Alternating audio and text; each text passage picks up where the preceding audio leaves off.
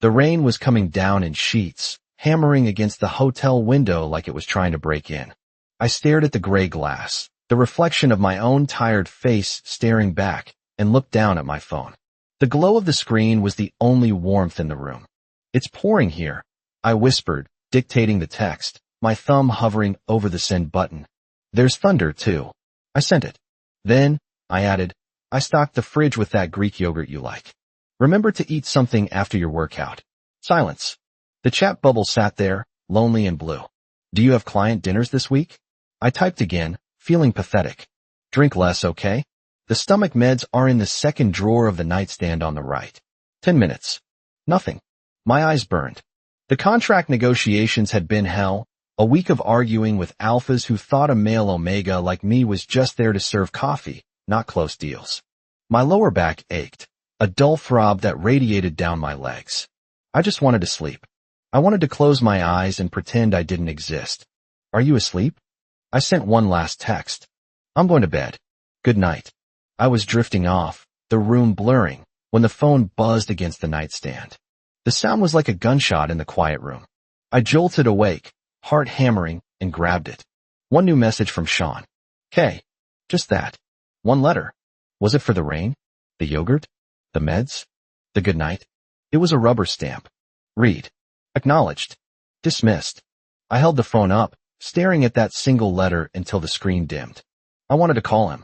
I wanted to scream, "Sean, I'm exhausted. I miss you. I want to come home." But I didn't.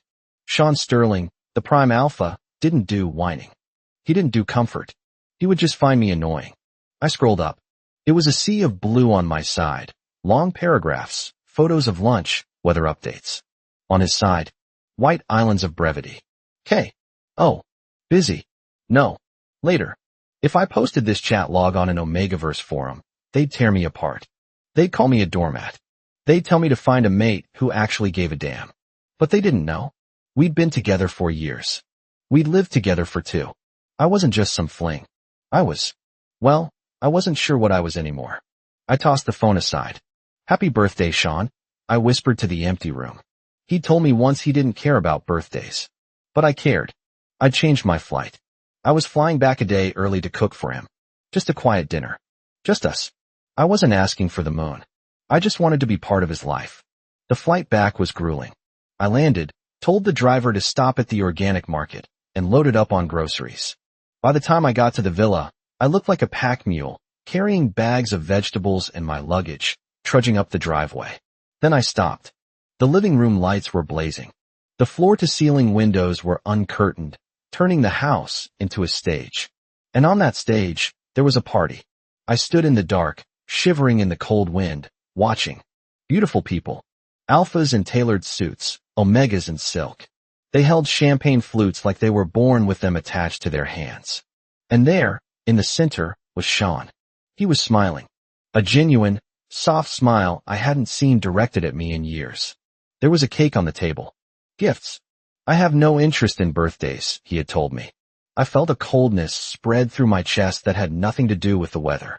I didn't feel angry. I felt erased. It wasn't that I wasn't good enough for Sean. I just wasn't in his world. I was the help. I was the roommate who warmed his bed. I walked to the door, punched in the code, and pushed it open. The laughter died instantly. It was like a scene from a bad soap opera. The prince holding court, and the disheveled, travel-worn housewife stumbling in with grocery bags. "Oh," I said, my voice cracking slightly. I forced a smile. "Company." Sean turned. The smile vanished from his face, replaced by a furrowed brow that screamed irritation.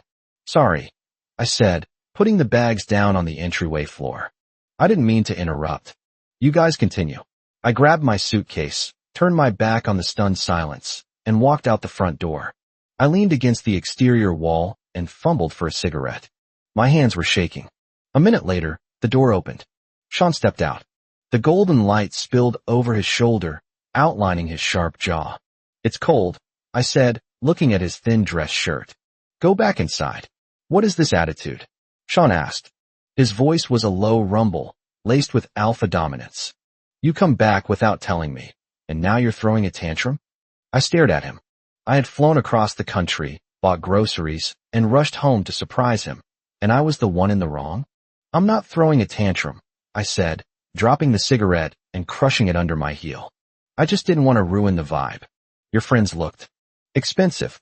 He stepped closer, the scent of cedar and ice, his pheromones, washing over me. It used to make my knees weak. Now it just made me nauseous. He was tipsy. Why do you always do whatever you want, Samuel? He snapped. You never think. Yeah. I laughed, a dry, hollow sound. That's me. Selfish Samuel. Go back to your friends, Sean. Happy birthday. I reached out and straightened his collar. His skin was warm. My hand was freezing. He looked down at my red knuckles, and for a second, his expression faltered. But then he turned and went back inside. I waited outside for an hour until the cars started leaving. One of his friends, a beta I recognized, paused as he walked past me. He's drunk, the guy said. Take care of him. It's my job, I said. I went inside. The house smelled of expensive perfume and stale champagne. Sean was on the sofa, head back, eyes closed. I silently cleaned up the mess, bagging the trash, wiping the tables. Come on, I said, walking over to him. Let's go upstairs. I bent down to loosen his tie. He opened his eyes, bloodshot and dark, and grabbed my wrist. His palm was burning hot. Am I pathetic? I asked him softly. Do you think I'll never leave, no matter how you treat me? He didn't answer. He just pulled me down and kissed me. It tasted like scotch and indifference. I tried to pull away, but his hand clamped onto the back of my neck, forcing me down. He kissed me harder, possessive and rough. I gave in. I always gave in. The next morning, I woke up early. Sean was still asleep, looking like a fallen angel. I dressed quietly. Before I left, I leaned over and whispered, breakfast is in the kitchen. Eat something. He didn't move. I touched the bruise on my neck where he'd gripped me too hard the night before. Happy birthday, baby, I whispered. He hated when I called him that. Last night, in the dark, he'd growled, you are so annoying, right before he passed out. I drove to work, my eyes burning. I sat in my office and texted him around noon. Did you go to the office? Does your head hurt? No reply. By the time I got home that evening, he still hadn't replied. I made dinner. When he walked in, I was taking off my apron. Welcome home, I said. He sat down, looking at his phone. He didn't ask about my trip. He didn't ask why I was home early. He just ate the soup I made. If you're not feeling well, go to bed early, I said. He looked up then, his eyes fixing on the bruise on my neck. He frowned, rubbing his thumb against his index finger. Why did you come back yesterday? He asked suddenly. To celebrate your birthday, I said simply. Though clearly, you didn't need me. Next time. Tell me, he said coldly. Next time. As if there would be a next time. Okay, I said. Next time. We sat in the living room. He read a file. I watched a movie with the volume low. I looked at him, the sharp angle of his nose, the way his hair fell over his forehead. I loved him so much it physically hurt. Sean, I said softly. He looked over. What? Come here. I wrapped my arms around his neck and kissed him. I knew exactly how to touch him to make him react. I felt his breath hitch. I'm awake, I whispered against his lips. If you're not tired, let's do it. He carried me upstairs.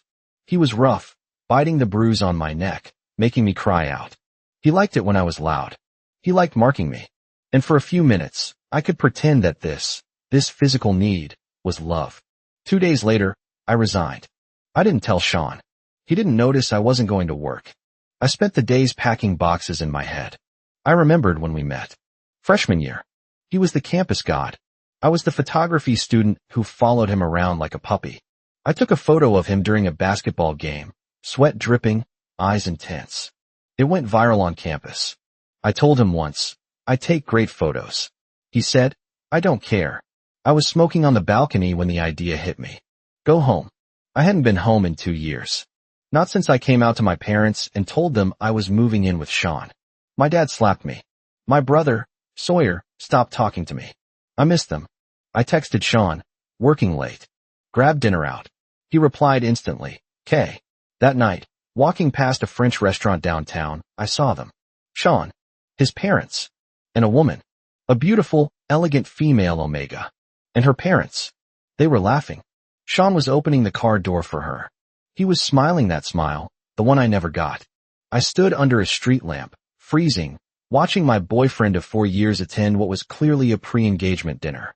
The street lamp flickered and died, plunging me into darkness. Fitting. A car pulled up beside me. The window rolled down. It was Sean's mother, Mrs. Sterling. "Samuel," she said. Her voice was like silk wrapped around a razor blade. "Mrs. Sterling," I said. "You saw that? Hard to miss." She sighed. "Look, we don't mind Sean having fun.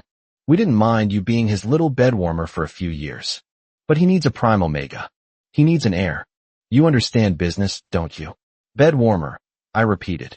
The word tasted like ash. "Leave him before the engagement is announced," she said. "Name your price." I looked at the sky. No stars. "Mrs. Sterling," I said, my voice steady. "First, I'm not a bed warmer. I cooked his meals, cleaned his house, and managed his life. Second, I have my own money. I don't need yours. Third, you won't have to worry about me." I walked away before she could reply. I went home. I didn't cry. I packed a single bag. Just the essentials. My camera. My laptop. Sean came home an hour later. He walked into the bedroom, smelling of wine and her perfume. "I saw you," I said. I was sitting up in bed. He paused, untying his tie. "Saw what?" "The restaurant. The girl. The parents." He didn't flinch. "It's just business, Samuel. It's not decided yet. Don't overthink it. Don't overthink it." I laughed. "You're interviewing wives, Sean. It doesn't change anything between us," he said, walking into the closet. "You stay here. You do what you do. Nothing changes. You stay here. You serve me. You warm my bed." "Okay," I said. "I'm going to sleep." The next morning, I made breakfast. I ironed his shirt. I tied his tie. "Will you be home for dinner?" I asked. "Yes," he said. He looked at me, really looked at me, for a second. "You have an eyelash on your cheek." He reached out and brushed it away. His finger was cool. It was the most tender thing he'd done in months. "Bye, Sean," I said. He left. I waited until the engine faded. Then I picked up my bag, called a cab, and left the key on the counter. I blocked his number. I blocked his socials. I threw the SIM card into a trash can at the train station. My brother Sawyer picked me up at the station. He looked at my single bag and sneered. "That's it. For years, and that's all you have to show for it." "Shut up, Sawyer," I said, getting into his car. "I'm back for good." He froze. "You broke up." I escaped. Sawyer grinned, a vicious, protective thing. "About damn time. Dad's gonna be tough, but Mom's been crying for a week missing you." I spent the next month getting drunk. My friend Julian flew in from London. He was my childhood best friend, the one guy Sean was actually jealous of. We went to Tibet. I took photos. I posted them on a new social media account. Free. I captioned a photo of the mountains. I didn't think about Sean. Or I tried not to. But phantom limb pain is real. I'd wake up reaching for him. I'd see a text notification and my heart would jump before I remembered I'd blocked him. Then, 3 weeks later, my old boss called. "Someone from Sterling Group called," she said. "Asking where you were. Asking why you weren't at work." "What did you tell them?" "That you quit a month ago." I laughed. He didn't even know I was gone. He probably thought I was just, what, pouting? That night, Julian and I were at a bar in Lessa. My phone, the new number, rang. It was an unknown number. "Hello." I yelled over the music. "Where are you?" The voice was ice and gravel. "Sean." "Who is this?" I played dumb. "Samuel." "Stop playing games. The house is empty. Your stuff is gone." "Where are you?" "I'm out," I said. "Having a life." "Come home," he ordered. "Now?" "I have a headache and I can't find the aspirin." "Look in the trash," I snapped. "That's where I left my care for you." "Samuel, we're done, Sean. I'm not coming back. Enjoy the engagement." "I'm not." I hung up. Then I blocked that number too. 2 days later, I was back in the city, staying at my old apartment. It was 3 a.m. Someone was pounding on the door. I looked through the peephole. It was Sean. He looked wrecked. His suit was rumpled, his eyes dark with exhaustion. I opened the door. "What?" I asked. He pushed past me, walking into my living room like he owned it. He spun around. "You blocked me. That's how breakups work, Sean." "We didn't break up," he said, his voice rising. "You threw a tantrum and ran away." I left, I corrected. "There's a difference." He grabbed my shoulders. "Why? Because of the dinner?" "I told you I handled it. I'm not getting engaged." I don't care, I shouted, shoving him back. I don't care if you marry the Queen of England. I'm done being your ghost, Sean. I'm done waiting for you to look at me. I look at you, he whispered. I'm looking at you right now. You're looking at a convenience you lost, I spat. You're looking for your cook, your maid, your whore. He flinched. Don't say that. Why? It's true. You never said you loved me. Not once. For years, Sean. Did you ever love me? Silence. The heavy, suffocating silence that had defined our relationship. See, I laughed, tears pricking my eyes. You can't even lie. He stared at me, his mouth opening and closing. We worked. We were good together. I was good for you, I said. You were hell for me. Get out. He didn't move. Get out. He left. But he didn't give up. He started showing up everywhere.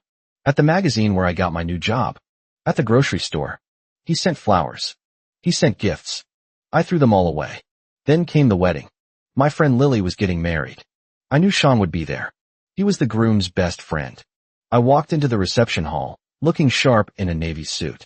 I saw him immediately. He looked thinner, pale. He was watching me like a starving wolf. I ignored him. I laughed with Julian. I danced with Lily. During the speeches, Lily took the mic. She was a bit drunk. I have a confession, she announced.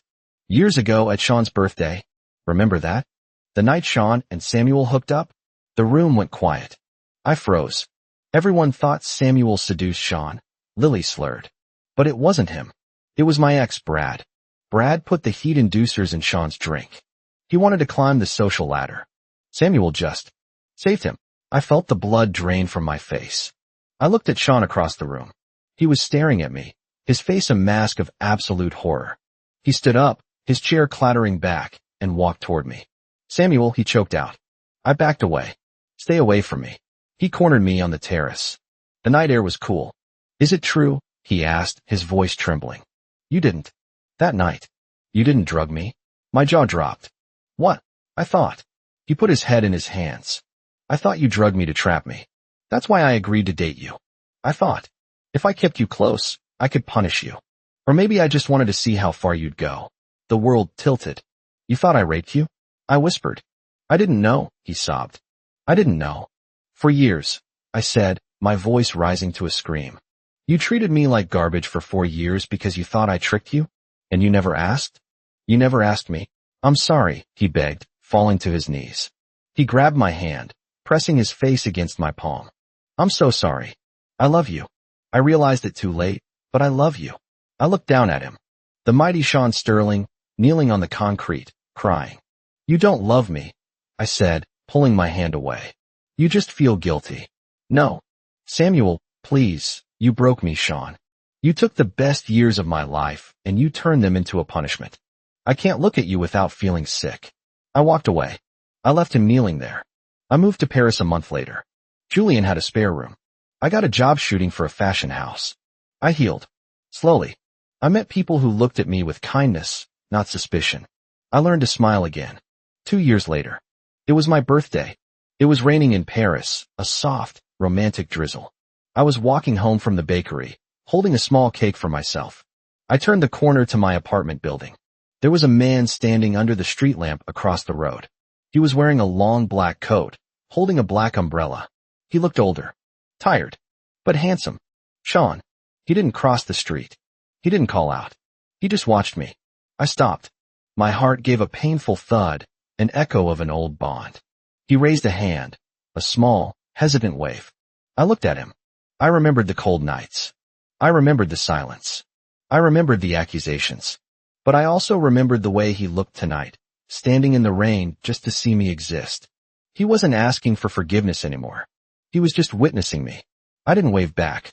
I didn't smile. But I didn't run away, either. I just nodded, once, acknowledging his presence in the world. Then I turned and walked into my building. I went up to my window and looked down. He was still there.